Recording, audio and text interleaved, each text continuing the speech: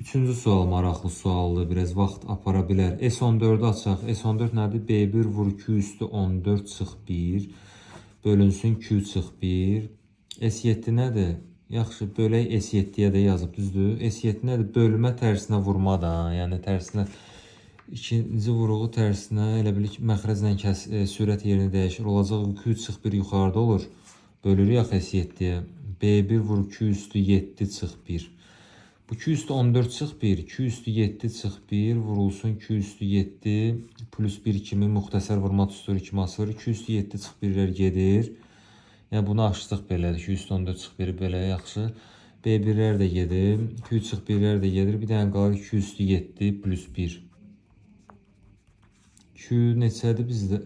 Hə, Q-nu verməyib. İndi Q-nu tapaq da B3-ü gərək B2-yə bölək də. B3 nədir? 3 üstü 1.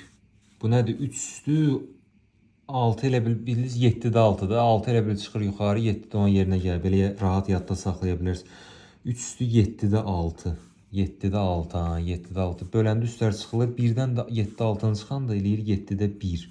3 üstü 7-də 1 imiş Q-muz. Q-nun yerinə qoyaq. Olur 3 üstü 7-də 1 üstü 7.